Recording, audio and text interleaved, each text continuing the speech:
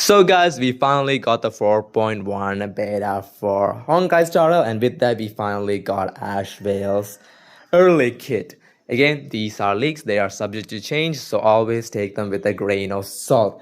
Now for his early kit, as we all know, Ashveil is going to be a hand lightning DPS, and he's going to be a follow-up unit. Yes, surprise, right? I thought he was going to be break, but he wasn't, and he's going to be a follow-up unit, and he's going to be a follow-up sub DPS, not a main DPS. He's going to be a sub DPS unit, unfortunately, is how his kit is at the moment anyway. So he could be changed in the future. Now for his base stats, he's going to have 105 speed with 640 base attack. That's actually a high base attack and decent speed. He does not get speed traces from... I don't think he gets speed trace. No, he doesn't. Now for his basic attack, it does nothing. It just hits a single target. Now for his skill... So I'm just going to give a shorter version of his skill because I don't want to read through all the flipping tests. So what it does is he puts a mark on the enemy, single enemy by the way, and the mark is called bait, the debuff is called bait, and simply that enemy takes more damage. The marked enemy takes more damage, and if he uses his technique, he's just going to put the mark on the lowest HP. And if you kill that enemy, the bait will move on to the next enemy with the lowest health. It's not going to be max health like Topaz, it's going to be lowest health by the way. And when there's an enemy with bait mark is on the field, all enemies take, I think they lower their defense by 22%. So if you have the bait on even one of the enemies, every single enemy on the field will receive 22% defense down. But the bait enemy will take more damage because it's like a vulnerability, just like Topaz's Death Collector for reference actually. So that's his skill. Now I'm going to talk about his talent, then move on to ultimate because then only you will understand. So for his talent, it's called Rancor. Ashveil starts with 3 charges up to a maximum of 5. After bait is attacked by ally target, Ashveil consumes 1 charger and launches a follow-up attack. And gains 1 stack of gluttony, stacking up to 12 times. So simply, this is just like Moses' talent. You need allies to hit the guy with the bait, so he gets stacks and he does his own follow-up. And when he does this follow-up, he gets a gluttony stack. It's a different type of debuff that he will need for his ulti, so he can technically do multiple follow-up with his ultimate. It's kind of crazy, by the way. Now I'm going to talk about his ultimate. That's why I went to the talent part, so I can talk about the ultimate. Marks on the designated enemy as bait deals lightning damage equal to 500%. Ashveil attacks them, then immediately launches enhanced follow-up attack, by the way, not normal follow-up with this talent. It's going to be enhanced version, does 500% of his max attack, so a lot of damage. Now, the enhanced talent does not consume charges, and for every 4 stack of gluttony possessed consumes 4 stacks, and additionally deals lightning damage 600%. So these enhanced follow-up attack will consume gluttony rather than the bait charges that his normal talent uses. So if you can use both of them, I don't think you can use both bait and gluttony at the same time. I don't know if you can, but if he can do that, then Ash will be pretty strong, by the way, especially with Fei Xiao. They can maybe have then Fei Xiao can stack her ultimate so much faster. Plus Ashveil already has the defense down and everything. It could be a really, really good matchup. Oh, by the way, if the enemy that the bait is on dies, the gluttony will just transfer to the next one. So he's not going to stop his follow-up attack just because the enemy died. Because for the problem with Topaz's ultimate or Topaz's mark is once the enemy dies, if the marked enemy dies, Topaz's ult does not go to the next one, right?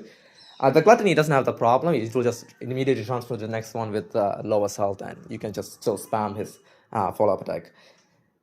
So that's a pretty good thing in my opinion. Now for his technique, after using technique, enemies within a set area are inflicted with daze for 10 seconds. Dazed enemies will not attack ally targets. When attacking a dazed enemy in entering combat, is lightning damage up to 100% of Ashveil's attack, and Ashveil gains 1 charge point. Pretty cool. It's just standard stuff in my opinion. Now for his bonus trace, bonus trace 1, when Ashveil uses skill or ultimate, gain 1 or 2 stacks of gluttony during Ashveil's follow-up attack. Whenever one enemy suffers a killing blow, Ashveil gains 1 stack of gluttony. So pretty good. He can almost hit an infinite stack on Divergent Universe, I think. Now it's bonus trace 2, Umbrella Limp. When ally target launches a follow-up attack, increase the damage dealt by follow-up attack by 80%. Okay, that's actually really good. So he's going to be really good for follow-up attacks. If follow-up attack is launched by Ashveil, additionally regenerates 3 energy for Ashveil. So he can get his ultimate really fast. Pretty good, I think. Now for his bonus trace 3, while Ashveil is on the field, crit damage dealt by all allies increased by 40%, and crit damage dealt by allied targets follow-up attack increased by additionally 80%. So you get a follow-up, you get a 40% crit damage plus a 80% follow-up damage. That's pretty cool. His bonus traces are all pretty good in my opinion. Now for his extra stats, he's gonna get 37 crit damage, 14 lightning damage, and 10% attack percentage, because he needs attack percentage. He scales off attack percentage a lot. Now I'm gonna talk about his E1 because I don't want to talk about every single item, but his E1, I will talk about it. While Ashveil is on the field, increase the damage taken by all enemies by 24%. When enemy target current HP is 80% or lower, the damage taken increased by 30%. So it's a great E1, by the way. It's a really strong E1. Vulnerability plus okay, you have 24% vulnerability already, and if the enemy's HP percentage is 80% of lower, they will take an additional 30% of damage. So that's really good. That's like almost 40 something plus. Okay, my math is shit, I think.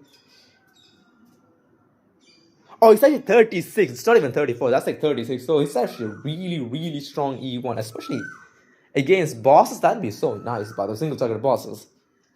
Oh, that's a really strong E1, by the way. That's a really strong E1. I'm not going to talk about everything else because I'm tired and I have to go to work, so I'm sorry. If you guys want to know about every idol and every information yourself, you guys can check out on Hakushin. It's a pretty reliable source. I will talk about his signature though. Now for his signature, I'm sorry, my throat is hurting a bit. For signature, it's going to have a base attack of 582. Pretty high again. Not the highest, but it's still pretty high. Now what it does is, increase the wearer's crit rate by 18%, pretty standard. At the start of battle, for every follow-up wearer uses, the wearer gains Umbra Devour, lasting 3 turns. While wearer has Umbra Devour, increase the attack percentage by 40% and reduce all enemies' defense by 12%. Effect cannot be stacked. So the same effect cannot be stacked. You cannot use this on Topaz or any other follow-up and get value like that. You cannot do it. I think it's a alright.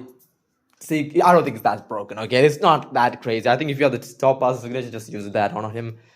So that's it. That's the early kit review for Ashveil. Again, I hope you guys found this video helpful, and if you did, leave a like. That'll make my day, and see you guys on the next one. Have a great day, guys. I think Ashveil looks like a pretty cool unit, and hopefully he does some reviving for the follow-up enjoyers, because I think he's a cool looking character and his kit does look cool. So I can't wait to see his gameplay now. Have a great day, guys, and stay safe out there. Bye. Love you all.